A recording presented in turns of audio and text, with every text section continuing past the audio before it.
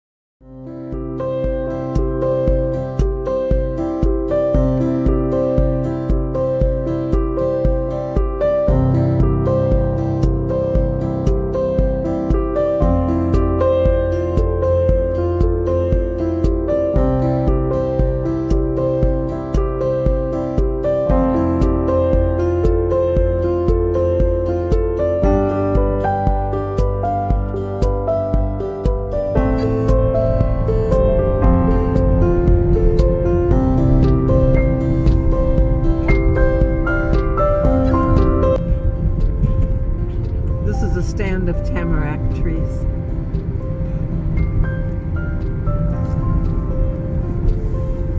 Beautiful.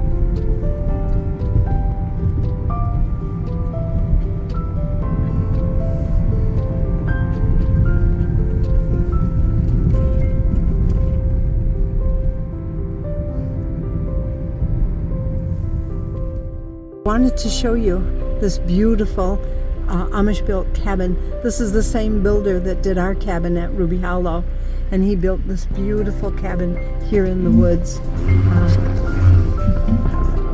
It's a summer retreat. It's almost impossible to get up to, but it's quite beautiful. Here's my stream, and it's running. It's not frozen over completely, and there's a lot of watercress on it. I'm going to go through that snow pile down into the stream. Can you see it? I'd take you down there with me, but the snow is very deep, and I'm afraid I'll...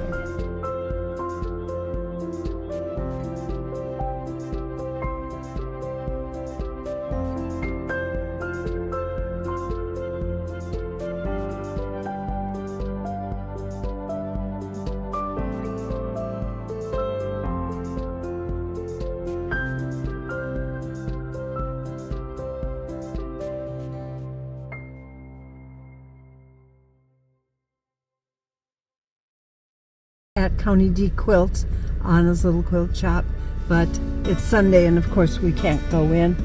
The snow doesn't look as bad here as we thought, and it looks like their driveway has been cleared. LD tells me they do something called a drag plow, which they pull behind their team, and that clears their roads for them, and they look pretty cleared. But again, it's Sunday and we can't go back, so next week I hope to get over there and talk to Anna and see if we can rearrange or reschedule our trip to her favorite quilt shop in the small town.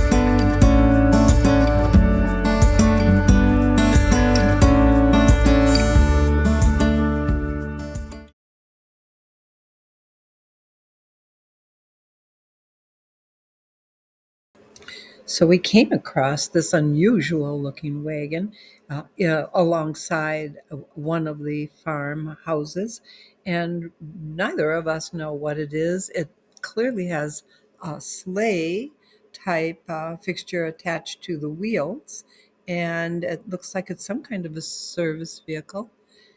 It's very interesting. If you know what it is, comment, would you please? Thanks.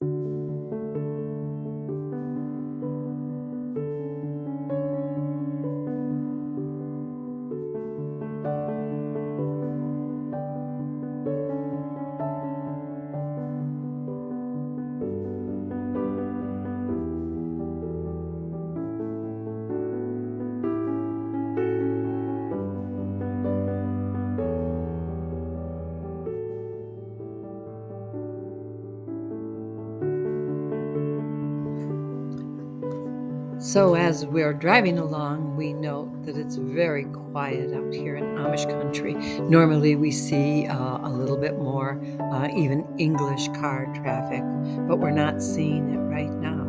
It's cold. What we do experience are some buggies that have been absolutely closed off to the outside elements. I imagine they're under, let's say, some lamb's wool or some quilts inside those buggies with their heavy wool clothing on and bundled close together, covered with the children are covered with blankets. So watch the size of these buggies that come by. It's very, very interesting. The horses seem to step very lively. They don't seem to be uncomfortable in the cold. And it is church day, so these buggies are coming and going to church. As I-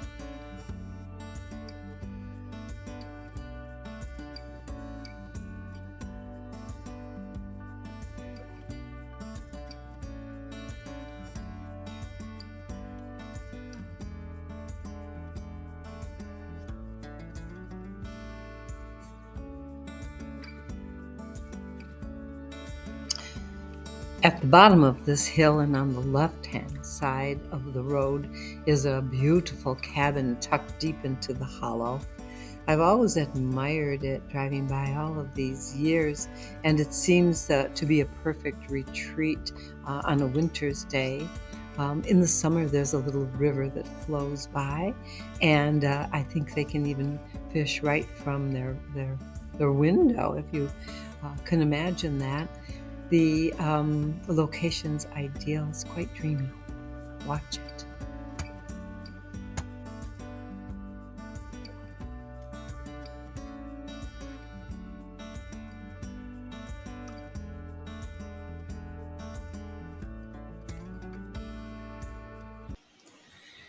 Again, the cold is brutal, and the countryside reflects it in its icy whiteness. As we're coming up here, though, on the right-hand side, we see a pretty good-sized gathering of buggies, which means the church is being held there. The Amish take turns having church in their homes, and when it's your turn, you are the host, and you do make sure that everything is there to accommodate anyone coming for church. The horses, I imagine, are in the barns right now.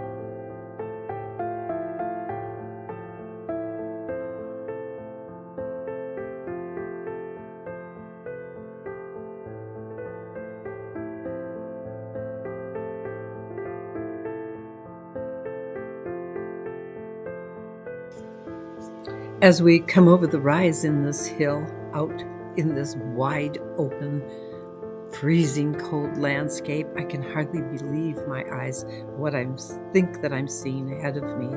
And as we approach, I realize on the left-hand side of the road, there's an Amish man walking, head tipped down and pushing against the wind. It amazes me, and my instinct is to stop and ask if he would like a ride, but we continue on. He does not acknowledge us there. And so we know this is something that he is used to and that he can do, but it seems particularly brutal today.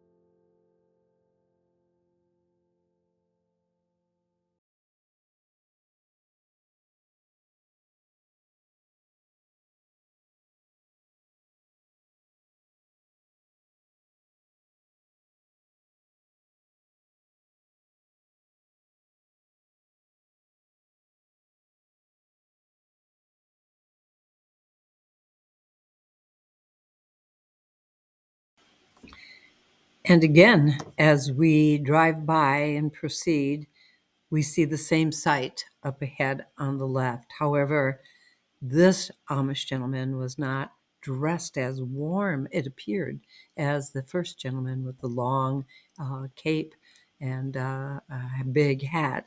This, again, another gentleman that did not turn to acknowledge us, but how would you like to be Amish and walk when your horse and your buggy are not available?